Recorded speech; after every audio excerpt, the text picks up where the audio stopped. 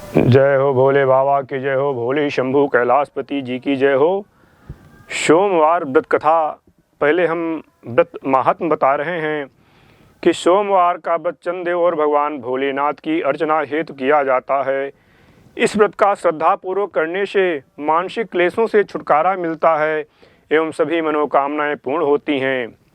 यदि श्रावण के महीने में सोमवार का व्रत धारण किया जाए तो ये अधिक फलदायक सिद्ध होता है। वैसे ये व्रत चैत्र, श्रावण व कार्तिक मास में किया जाता है।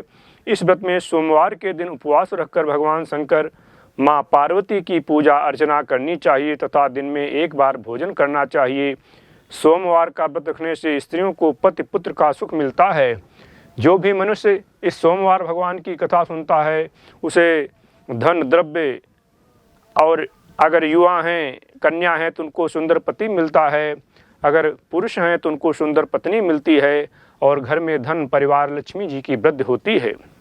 इसकी पूजन विधि ये है कि भगवान शंकर की पूजा का श्रेष्ठ समय प्रातःकाल माना जाता है तथा सोमवार के दिन प्रातःकाल ब्रह्म मुहूर्त में उठकर नित्य कर्म से निवृत्त हो स्नान कर, पूजन है, ध्यान कर, भस्म धारण कर कुशा पर बैठें, पूर्व अथवा उत्तर दिशा की ओर मुख रखें, चौकी पर नया सफ़ेद कपड़ा बिछाएं, उस पर तांबे पर खुदा सोमवार यंत्र और भगवान शिव की प्रतिमा तथा शिवलिंग की स्थापना करें। बिल, पत्र, पुष्प, अक्षत, जल एवं दक्षिणा इत्यादि सामग्रियां अपने निकट रखें। शिव पूजन विधान के पश्चात व्रत कथा पढ़नी चाहिए। व्रत कथा पूर्ण करने के उपरांत भगवान शिव को भोग लगाकर तुलसी के पौधे को अर्घ दें एवं दिन में एक समय ही भोजन करें। सोमवार व्रत कथा इस प्रकार है कि एक साहूकार बहुत अमीर था, उसके पास धन की कोई कमी नहीं थी। साहूकार के पास सभी सुख और ऐश्वर्य के साधन थे, किंतु उसको एक ही दुख था कि उसकी कोई औलाद नहीं थी। दिन रात वो इसी चिंता में लगा रहता और वो पुत्र पाने के लिए हर सोमवार को भगवान चंद्रदेव व शिव जी की पूजा करता व व्रत रखता था। साहूकार की भोलेनाथ के प्रति ऐसी भक्ति देखकर एक बार माँ पार्वती जी ने शिव जी से कहा, हे नाथ, ये साहूकार आपका अनन्य भक्त है और सदैव ही आपका व्रत और पूजा भक्ति भाव से किया करता है। आप कृपा करके इसकी मनोकामना को पूरी कर दें। पार्वती जी के ऐसे वचन सुनकर भोलेनाथ ने माँ गौरी से कहा कि हे पार्वती, ये संसार एक कर्म क्षेत्र है। यहाँ जो भी जैसा कार्य करता है उसे वैसा ही फल मिलता है, अर्थात जैसा कार्य मनुष्य करता है वैसा ही परिणाम भोगता है। किंतु माता पार्वती आग्रह पूर्वक बोली, हे महादेव, ये आपका अनन्य भक्त है। यदि इसको कोई भी दुख है तो आपको उसे अवश्य दूर करना चाहिए। यदि आप अपने भक्तों की मनोकामनाएं पूरी नहीं करेंगे तो क्यों मनुष्य आपकी भक्त सेवा व पूजा करेंगे। पार्वती जी के इस आग्रह को सुनकर शिव जी ने कहा, हे शिवे, इस साहूकार के कोई पुत्र नहीं है, इसी कारण ये दिन रात चिंतित व दुखी रहता है। इसके भाग्य में संतान न होने पर भी मैं इसे पुत्र प्राप्त के लिए वरदान देता हूँ, किंतु इसका पुत्र केवल 12 वर्ष तक ही जीवित रह सकता है, इसके बाद वो मर जाएगा। इससे अधिक मैं साहूकार के लिए कुछ नहीं कर सकता। ये सब बातें साहूकार सुन रहा था। उसे ये सारी बातें सुनकर न कोई खुशी हुई न ही कोई दुख हुआ। वो पूर्व शिव की पूजा व व्रत करता रहा। कुछ समय पश्चात साहूकार की पत्नी गर्भवती हो गई और 10वें महीने में उसने एक बहुत ही सुंदर पुत्र को जन्म दिया। साहूकार के घर में बहुत खुशियां मनाई गईं, किंतु साहूकार ने अपने पुत्र की 12 वर्ष की उम्र जानकर कोई खुशी प्रकट नहीं की और इस संबंध में किसी को भेद भी नहीं बताया। वो बालक धीरे धीरे बड़ा होने लगा। जब वह बालक 11 साल का हो गया तो बालक की माता ने साहूकार से उसके विवाह के लिए कहा, किंतु साहूकार ने कहा कि मैं इसे काशी जी पढ़ने भेजूंगा। साहूकार ने अपने साले को बुलाकर कहा कि तुम इस बालक को काशी पढ़ाने ले जाओ और उसे विधिवत शिक्षा ग्रहण कराओ।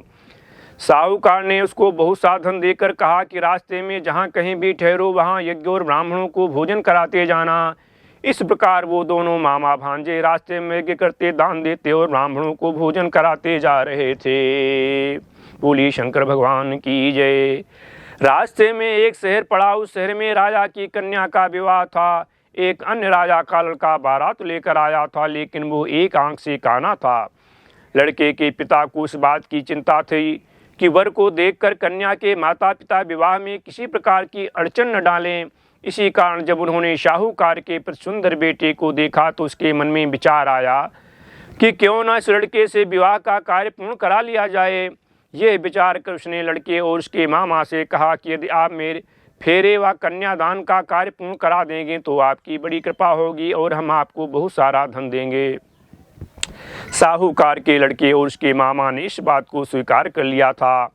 विवाह का काम भली प्रकार से पूरा हो गया। जब वो लड़का जाने लगा तो उसने चुपके से राजकुमारी की चुनरी पर लिख दिया कि तेरा विवाह मेरे साथ हुआ है, लेकिन जिसके साथ तुम्हें भेजा जाएगा वो एक आंख से काना है।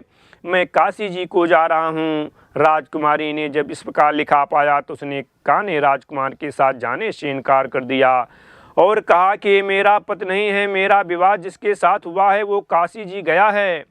राजकुमारी के पिता ने ये सब जब सुना तो उसने अपनी कन्या को विदा करने से इनकार कर दिया। बारात वापस चली गई। उधर साहूकार का लड़का और उसका मामा काशी जी पहुँचे, जहाँ लड़के ने पढ़ना शुरू किया तथा अपना अतिरिक्त समय मामा भांजा यज्ञ दानाद में व्यतीत करने लगे। इस प्रकार कई महीने बीत गए। जब लड़का 12 साल का हुआ तो उस दिन लड़के के मामा ने यज्ञ का आयोजन कर रखा था। अचानक ही लड़के की तबीयत खराब हो गई। लड़के के मामा ने कहा कि अंदर जाकर सो जाओ। लड़का अंदर जाकर सो गया। थोड़ी देर पश्चात लड़का मर गया। जब लड़के के मामा ने देखा कि वो मर गया है तो वो बहुत दुखी हुआ। उसने सोचा कि मैं पहले यज्ञ पूरा कर लूं, तब कुछ सोचूंगा। लड़के के मामा ने यज्ञ पूरा किया और फिर रोना प्रारंभ कर दिया। वो बहुत जोर जोर से रो रहा था। संयोगवश शिव जी और पार्वती जी उधर से जा रहे थे। पार्वती जी ने भगवान भोलेनाथ से कहा कि हे नाथ, कोई दुखी व्यक्ति रो रहा है, उसके कष्टों को दूर कर दो। जब शिव जी और पार्वती जी वहाँ पहुँचे तो उन्होंने देखा कि वहाँ पर एक लड़का मरा पड़ा हुआ है। तब पार्वती जी ने देखते ही लड़के को पहचान लिया। पार्वती जी ने लड़के के मरने का कारण पूछा तो भोलेनाथ ने बताया कि हे गौरी, इस लड़के की आयु इतनी ही थी, ये अपनी आयु पूरी कर चुका है। तब पार्वती जी ने विनम्रतापूर्वक कहा, महाराज कृपा करके आप इस लड़के को जीवित कर दीजिए, नहीं तो इसके माता पिता इसके वियोग में तड़प तड़प कर अपनी जान दे देंगे। माता पार्वती की बात सुनकर शिव जी ने लड़के को पुनः जीवित कर दिया। शिव जी की कृपा से लड़का जीवित हो गया। शिव शंकर व पार्वती जी शिवधाम चले गए। शिक्षा पूरी होने पर लड़का और उसका मामा पहले की तरह यज्ञ करते ब्राह्मणों को भोजन तथा दक्षिणा देते हुए अपने घर की ओर चल दिए। रास्ते में दोनों उसी शहर में आए जहाँ पर उस लड़के की शादी हुई थी। वहाँ पहुंचकर दोनों ने यज्ञ करना शुरू कर दिया। जब वे दोनों यज्ञ कर रहे थे तो उस लड़के के ससुर यानी वहाँ के राजा ने, जो उधर से घोड़े पर बैठकर अपने सेवकों के साथ जा रहा था, उसने लड़के को पहचान लिया। राजा ने पहले महल में ले जाकर दोनों की खूब सेवा की। कुछ समय राजा के महल में रहने के बाद लड़के ने राजा से जाने की आज्ञा ली। राजा ने अपनी लड़की को लड़के के साथ विदा किया और साथ में बहुत सा धन एवं दास दासियों को भी भेजा। जब वो अपने शहर में आए तो लड़के के मामा ने कहा, पहले मैं तुम्हारे माता पिता को तुम्हारे आने की खबर सुना दूं, आता हूँ, तब तक तुम पत्नी सहित यहाँ आराम करो। ऐसा कहकर लड़के का मामा साहूकार को अपने पुत्र के आने की खबर देने चला गया। घर आकर उसने देखा कि उसकी बहन और बहनोई छत पर बैठे हुए हैं और उन्होंने यह प्रण कर रखा है कि यदि उनका बेटा जीवित लौट आया तो वो छत से नीचे उतरेंगे, नहीं तो छत से कूदकर अपने प्राण त्याग देंगे। लड़के के मामा ने जब ये समाचार उन्हें सुनाया कि उनका लड़का जीवित लौट आया है तो उन्हें विश्वास नहीं हुआ। तब लड़के के मामा ने शपथ खाकर कहा कि आपका पुत्र अपनी स्त्री और बहुत से धन और दास दासियों से घर आया है। तब साहूकार और उसकी पत्नी छत से नीचे उतर आए तथा प्रसन्नता के साथ अपने बेटे और बहू का स्वागत किया। सभी प्रसन्नता के साथ रहने लगे। इस प्रकार भक्तिभाव से जो सभी प्राणी सोमवार के व्रत का पालन करता है तथा प्रेम पूर्वक इस कथा को सुनता या पढ़ता है तो उसके सभी कष्ट दूर होते हैं, सारी मनोकामनाएं पूर्ण होती हैं और इस लोक में सभी सुख सुविधाओं को भोग कर अंत में उसे शिवलोक की प्राप्ति होती है। इस प्रकार सोमवार के व्रत को 16 सोमवार तक करें, फिर उद्यापन करें। इस व्रत के प्रभाव से मानवों को सभी प्रकार के सुखों की प्राप्ति होती है। इसका विशेष महत्व ये है कि इस व्रत के बारे में कहा गया है कि ग्रहण आदि में जप, ध्यान, हवन, उपासना, दान आदि सत्कार करने से जो फल मिलता है वही फल सोमवार के व्रत से मिलता है।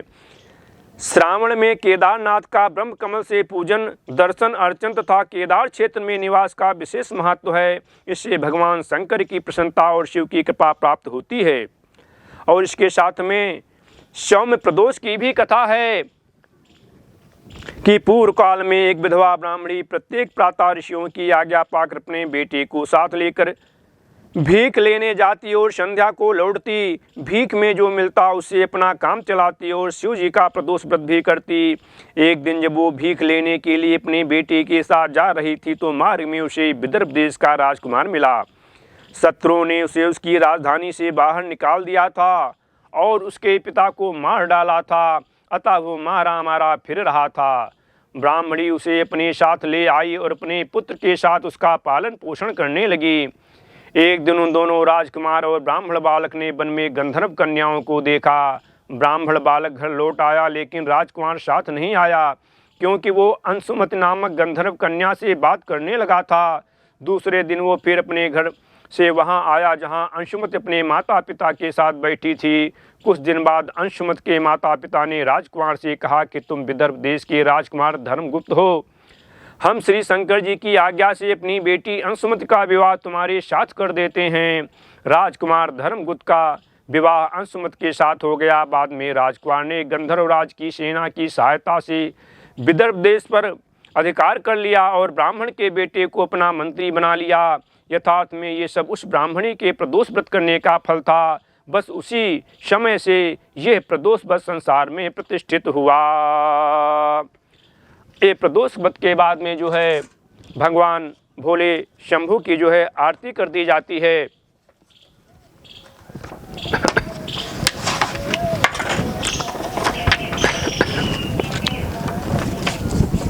भोले भोले बाबा की जय हो, भोले शंभू कैलाशपति की जय हो। हे भोले बाबा, आप सभी मनुष्यों के दुखों को हरिए, उन्हें धन लक्ष्मी यश कीर्ति प्रदान करिए, उन्हें किसी भी प्रकार का रोग ना आए, वो सदा ही रोग मुक्त रहें, सदा ही स्वस्थ रहें, हम ये आपसे प्रार्थना करते हैं। ओम जय शिव ओंकारा, हर जय शिव ओंकारा, ब्रह्मा विष्णु सदा शिव अर्धांगी धारा। ओम जय शिव ओंकारा, हर जय शिव ओंकारा, एकानन चतुरानन पंचानन राजे, बाबा पंचानन राजे, हंसानन गरुड़ासन वृषवाहन साजे।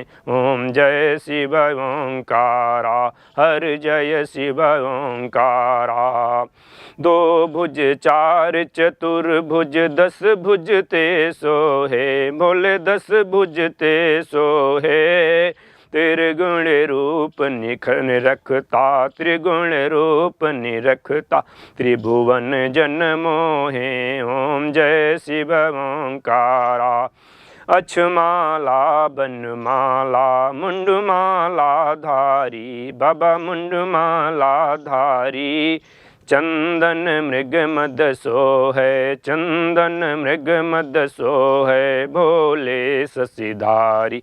ओम जय शिव ओंकारा, हर जय शिव ओंकारा, श्वेतांबर पीतांबर बाघांबर अंगे, बाबा बाघांबर अंगे, शनकादिक गरुड़ादिक, शनकादिक गरुड़ादिक, भूतादिक संगे। ओम जय शिव ओंकारा, करके मध्य कमंडल चक्र त्रिशूल धरता, भूल चक्र त्रिशूल धरता, सुख करता दुख हरता, सुख करता दुख हरता, जग पालन करता।